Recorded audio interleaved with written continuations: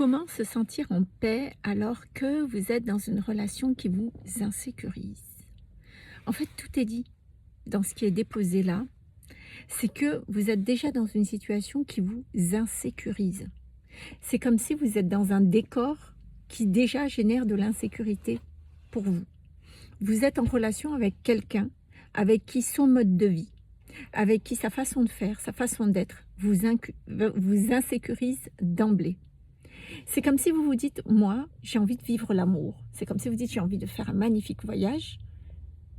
Vivre l'amour et un magnifique vouloir vivre l'amour et être en relation, c'est pour vivre de belles choses, on est d'accord? C'est bien le but et la finalité.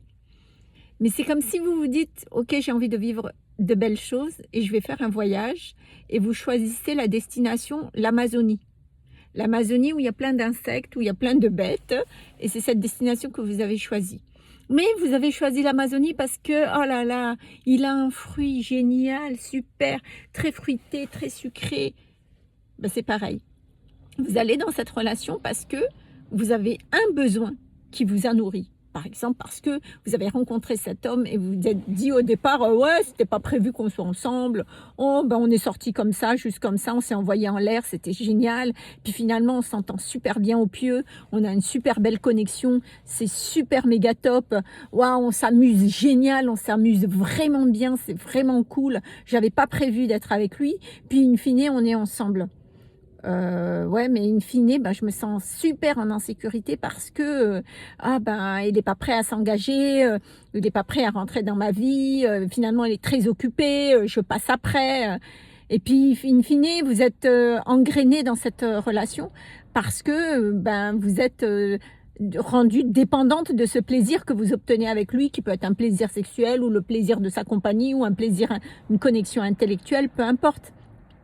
Mais ce que je veux dire par là, c'est que quand vous avez fait le choix de rentrer dans cette relation, vous n'avez pas, vous n'avez pas fait vous ne vous êtes pas posé pour vous dire: est-ce que in fine, cette personne, elle a envie d'être en relation vraiment? Est-ce qu'in fine, cette personne va m'apporter absolument tout ce que moi j'ai envie de vivre dans la relation? C'est ça en fait le truc. C'est-à-dire que vous vous êtes laissé porter par le plaisir du moment de rentrer dans cette relation avec ce que ça a comblé chez vous, et puis du coup vous vous êtes dit, mais puis là vous réalisez: ah ouais super, ce fruit il est génial, mais je suis en Amazonie quoi. C'est super, confrontant, comment je fais? Puis j'ai pas envie de quitter l'Amazonie parce que j'adore ce fruit et je ne suis pas prêt à renoncer à ce fruit qui est si bon. Mais ce fruit qui est si bon, il est à quel prix pour vous? Vous voyez?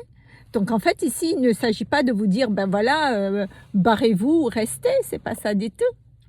Mais c'est que vous soyez conscient que effectivement, vous avez fait un choix de rentrer dans la relation parce que vous avez eu une connexion qui vous a comblé, qui vous a comblé.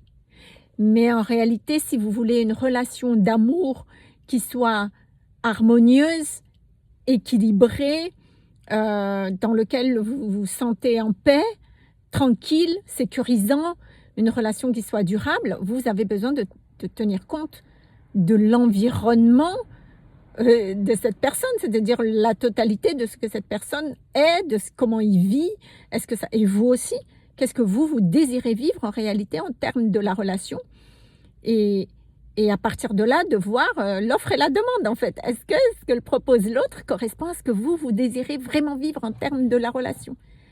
Donc en fait, la problématique, c'est que vous avez construit la relation sur, en moins un besoin, OK comblé, mais sur des critères un peu légers, on va dire. Vous comprenez? Mais simplement, vous êtes ancré, enraciné dedans, vous êtes mal, mais vous avez de la difficulté à partir. Donc en fait, si vous êtes dans cette situation-là, c'est très, très important que vous vous posez. Arrêtez de projeter la relation dans le futur, dans ce qui est possible de vivre. D'accord? Parce qu'arrêtez de vous faire mal. Ici et maintenant, il y a une réalité qui se vit. Soyez adulte, soyez courageuse, ouvrez les yeux et regardez exactement ce qu'il en est. Est-ce que cette personne m'aime vraiment? Est-ce que cette personne me priorise vraiment? Est-ce que je compte vraiment dans la vie de cette personne? Est-ce que je suis respectée, considérée? Est-ce que je suis écoutée? Est-ce que mes besoins sont pris en compte? Est-ce que cette personne a envie, comme moi, de construire la relation? Est-ce que cette personne a envie, comme moi, d'une relation durable? Posez-vous la question, regardez. Et là, vous avez la réponse.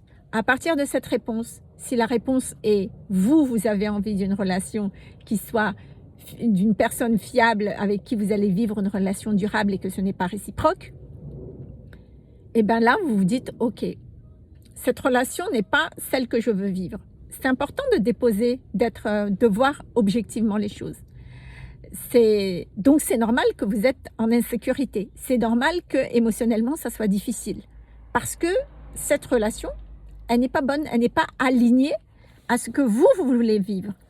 Donc effectivement, en parallèle, c'est important aussi que vous définissiez clairement ce que vous voulez vivre en termes de relation. Hein. Ça, c'est une évidence. C'est important d'arrêter de se mentir, de dire moi je veux des relations légères, alors qu'en réalité, je veux une relation qui soit engagée. Ok? Donc définissez bien ce que vous désirez vivre. Maintenant, si vous êtes dans une relation où vous vous dites la relation ne correspond pas à ce que je désire vivre, c'est normal que vous soyez mal, c'est normal que ça soit houleux parce que vous êtes dans une zone houleuse. D'accord?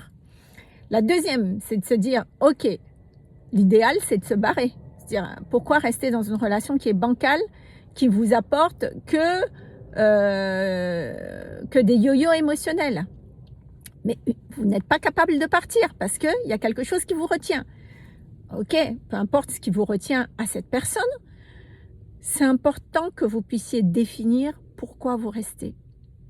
C'est important que vous puissiez définir quel est le besoin, quel est ce fruit que vous allez, qui fait que vous restez dans la relation. Oui, je reste dans la relation parce que je suis attachée à cette connexion sexuelle. Ok, je sais que je viens pour ça. C'est pour ça qu'on vient se voir. Je suis connectée à cette personne parce qu'il est tellement beau que ça nourrit un peu la confiance en moi, que j'existe et que je suis belle. Ok, d'accord. On sait que c'est pour ça. Il n'y a pas de jugement. Hein. Moi aussi, je suis passée par là, d'accord? Je reste avec cette personne parce que j'ai une belle connexion, je m'amuse. Eh bien oui, ok. Mais en fait, tous ces points qui manquent chez vous, c'est des points que vous auriez besoin de traiter aussi parce que vous êtes dépendante de cette personne. C'est-à-dire que c'est quelque chose que vous n'arrivez pas à combler, à nourrir chez vous et que vous nourrissez qu'avec cette personne-là. Donc là, ça mérite peut-être de faire des séances de déprogrammation pour que vous puissiez sortir de cette dépendance. Et ça nécessiterait que vous vous en occupez vraiment si vous voulez sortir de ces relations déséquilibrées et toxiques. Mais ce qui est important, c'est surtout que vous puissiez vous dire, ok, je suis dans cette relation pour nourrir ce besoin-là. Il n'y a rien d'autre à attendre. Il n'y a rien d'autre à attendre que de vivre cette relation avec uniquement ce qu'elle vous apporte.